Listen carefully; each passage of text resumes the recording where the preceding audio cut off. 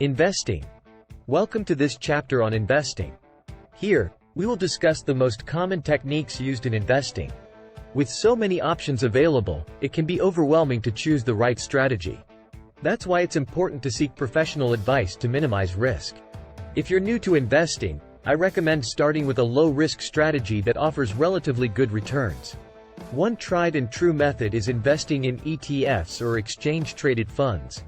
ETFs are passive investments, meaning they don't require active trading from a broker.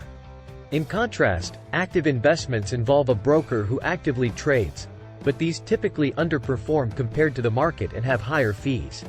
While there is a possibility of enhanced returns with an active fund managed by a talented fund manager, the likelihood of that happening is quite low. Around 80 to 85% of all fund managers underperform compared to the market. Therefore, your odds are better with ETFs, especially when factoring in fees. The key is to follow a long-term strategy and avoid the high-risk mentality of a day trader. By investing $1,000 every month for the next 20 years in an ETF based on the S&P 500, you can achieve great results with low fees and minimal involvement. If you'd like a list of recommended ETFs, we'd be happy to provide one.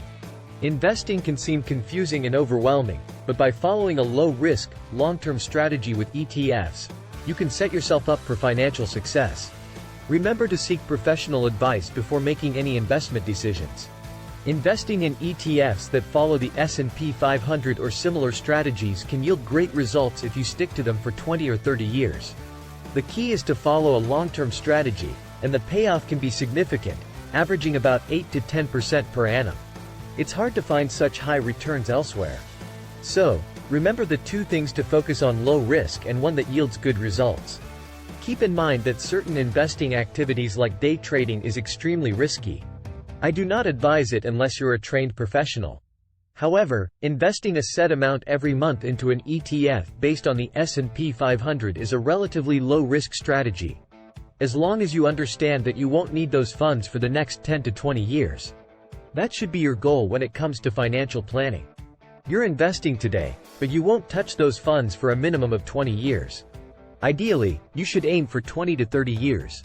By taking a long-term approach to invest and following a low-risk strategy, you're setting yourself up for financial success. It's important to remember that investing is a journey, not a destination. Keep your eyes on the horizon and stay committed to your plan, and you'll reap the rewards in the years to come. The ultimate goal of investing is to have enough money when you retire. If you invest $1,000 per month, which is approximately $12,000 per year, and continue to do so for 20 years, you might think that you will have only $200,000 at the end of 20 years. However, the truth is that you will have a lot more than that, depending on the rate of return you achieve. You could easily have $800,000 or even $1 million. It's important to focus on your investment strategy. On our website you can download our retirement program. You add in your monthly investment amount, the number of years you plan to invest, and the rate of return you expect to achieve. Aim for about 8 to 10% return. The file will give you an accurate estimate of how much money you will have at the end of your retirement. Of course, it's important to factor in taxes when making investment decisions. But the good news is that since ETFs are passive investments, you won't have to worry about tax implications until you sell your investments. It's essential to consider your long-term financial goals and create an investment plan that aligns with those goals. By staying disciplined and consistent with your investments, you can achieve financial success and enjoy a comfortable retirement. The goal of this chapter is to introduce you to investing, covering simple yet effective strategies that offer lower risk and better returns. While it's always a good idea to do more research before investing, this is a solid starting point for anyone looking to get started. One of the key takeaways is to invest regularly, preferably every month, in an ETF based on the S&P 500. By doing so, you can achieve a steady 8 to 10% average return over the long term, which is an impressive result that's hard to match in other investment vehicles. It's worth noting that markets can be volatile, and it's not uncommon for portfolios to experience ups and downs. However, it's important to remember that investing is a long-term game, and short-term fluctuations should not discourage you from sticking to your investment plan.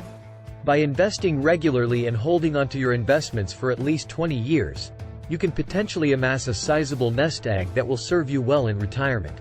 It's important to conduct further research. The strategies we're discussing offer a straightforward and low-risk approach to achieving better returns over the long term. If you've come across other better methods, we'd be happy to learn about them. However, we believe that there is no approach simpler and more effective than what we're presenting here. There are other approaches, but many of them have high risks associated with them.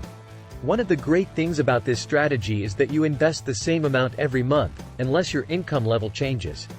By doing so, you can easily track your progress and see the results over time. Keep in mind that markets can fluctuate, and your portfolio may experience ups and downs along the way. If your investments lose value, it's important not to panic and withdraw your money. You're investing for the long term, and it's common to experience some short-term losses. For instance, you may lose 5% in the first year or two. However, if you keep investing, you'll eventually recoup those losses and continue to gain. While the S&P may also experience downturns, history shows that it typically goes up over any 20 or 30-year period. On average, investors earn about 10% per year, regardless of when they entered the market. Even those who invested just before the 2007 financial crisis, and suffered a major loss the following year, eventually recouped their losses and saw significant gains over the long term. If you're willing to remain calm and keep your focus on the long-term goals, this approach to investing can help you achieve financial success over the next 2 to 3 decades. If you take a long-term look at the S&P 500, you'll see that it's generally on an upward trend, and there's no reason to believe that it won't continue to climb. There may be times when it's overvalued or undervalued, but since you're investing for the long haul, you'll have some good years and some bad ones. It's important to stay the course and not panic, even if there are economic downturns or market fluctuations.